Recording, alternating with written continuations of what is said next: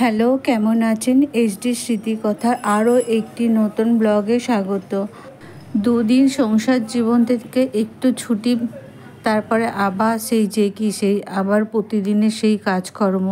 এই যে দুদিন ঘুরতে গেছিলাম দীঘাতে, তারপরে আবার ফিরে এসে শুরু হয়ে গেল প্রতিদিনের সেই একই জীবনযাত্রা। তো চলুন, সকাল থেকেই ব্লগটা শুরু করেছি।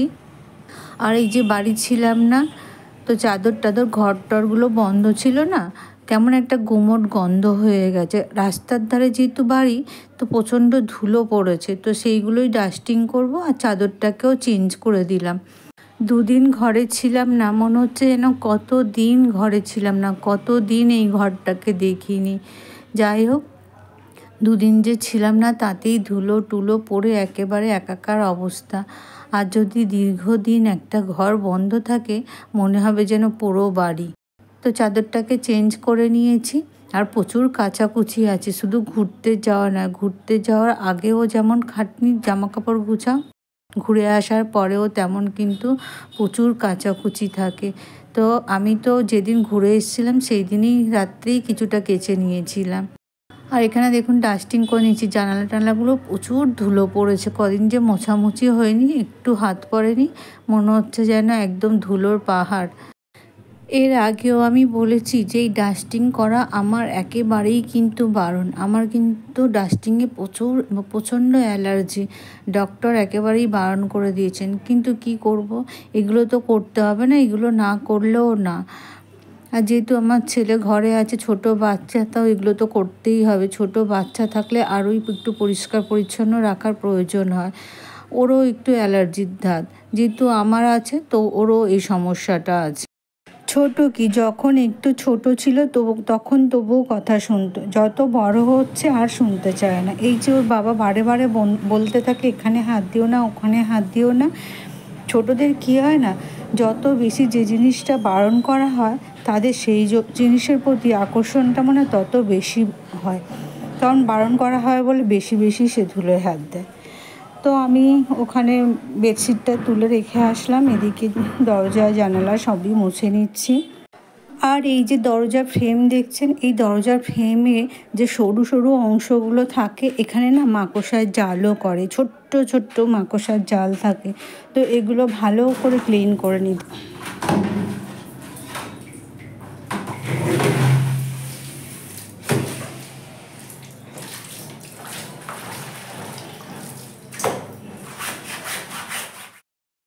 আজকে ঘুম থেকে ওঠার পরই ভেবে নিয়েছিলাম আজকে যত কাচাকুচি আছে সবই করে ফেলবো, কিন্তু মনে হচ্ছে আজকে সবটাই করা সম্ভব না। ভেবেছিলাম হয়তো সমস্ত কাচাকুচিগুলো আজকেই হয়ে যাবে, কিন্তু না, হবে না। ওদিকে রুম ক্লিন করতে অনেকটাই সময় লেগে গেছে, সবটাই তো দেখানো সম্ভব নয় না। আবার আর একটা রুম আছে, সেটাকেও ক্লিন করতে হবে। তো এখানে বেডশিটটাকে ডিটারজেন্টে ভিজিয়ে দিই, এটা তারা একটু ভিজিয়ে কিছুক্ষণ রেখে দিলে না একটু ভালো মতন পরিষ্কার হয়।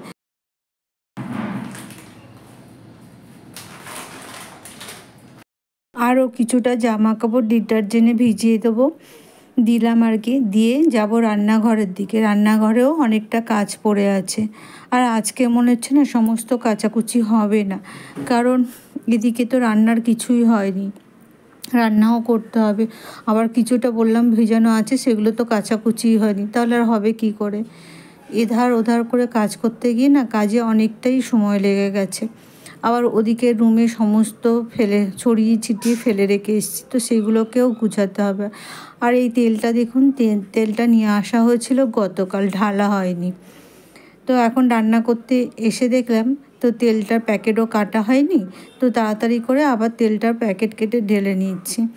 ওই যে মেলা হয়েছিল আমাদের এখানে, ভেবেছিলাম একটা তেলের শিশি কিনবো, তো সেটাও যাওয়ার জন্য আর কেনা হয়নি। মানে যেদিন মেলায় গেছিলাম, তো সেদিন কাঁচের শিশিই ছিল তেলের, তো আমি স্টিলের খুঁজছিলাম, কারণ কাঁচেরটা কখন হাতে থেকে পড়বে, ভেঙে যাবে। তো দোকানদার বলেছিলেন যে আমি নিয়ে এসে দেবো, তো আমার আর যাওয়া হয়ে ওঠেনি। তো যাই হোক, এখানে মশলাপাতিগুলো আগে রেডি করে নিচ্ছি, নিয়ে তারপরেই রান্নার দিকে যাব। কারণ একবার মশলাপাতি রেডি করে নিয়ে গুছিয়ে বসলে না তাড়াতাড়িও হয়ে যায় কাজে, আর সময়টাও বেশ কম লাগে।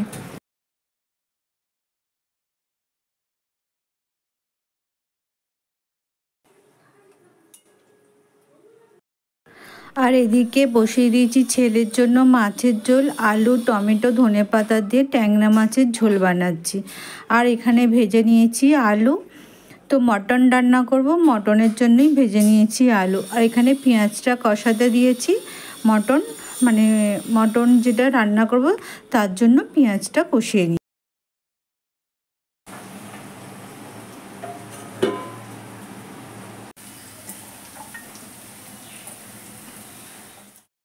আর আজকে রান্নাটা এইটুকুই, মাটন আর মাছের ঝোল। যদিও আরও একটা রান্না করেছি, সেটা হচ্ছে করলা ভাজা আলু ভাজা। করলা ভাজা আলু ভাজা দেখাতে গিয়ে বিপত্তির শেষ নেই, দাম করে আমার ক্যামেরাটা স্ট্যান্ড সমেত পড়ে গেল।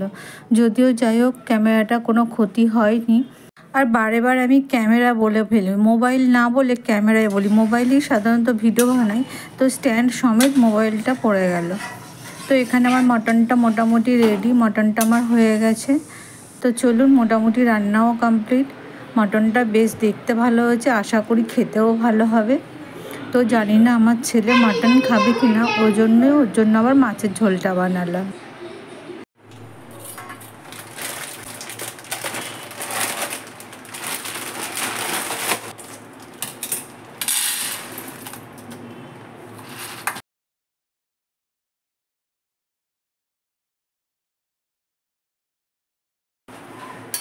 চিনি 10টা দিয়ে দিলাম, দিয়ে এই যে হালকা হাতে একটু নেড়ে দেব। এটা খুব গরম দিইনি, খুব গরম দিলে না ঘিটে যায় বড্ড, একটু ঠান্ডা দিয়েছি। এটা বসানো থাক।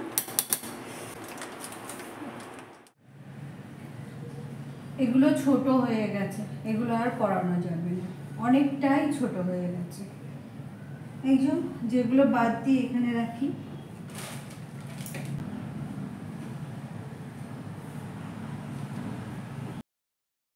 এত গরম পড়েছে, কোনো মতে গরমটা কমছে না, বৃষ্টিটাও হচ্ছে না।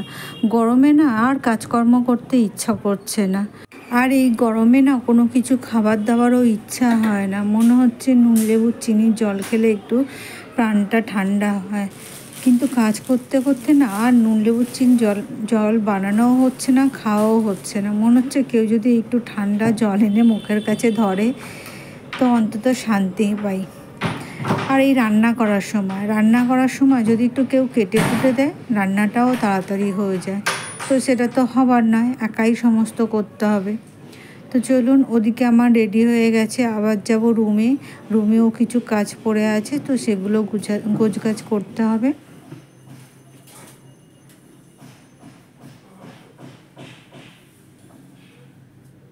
আর আলমারির মাথার উপর না আমার একটা পুরনো বেডশিট দিয়ে রাখি, ধুলো পড়লে আমি আর ঝাড়াঝুড়ি করি না, ওই বেডশিটটা নামিয়ে ধুয়ে কেচে নিই।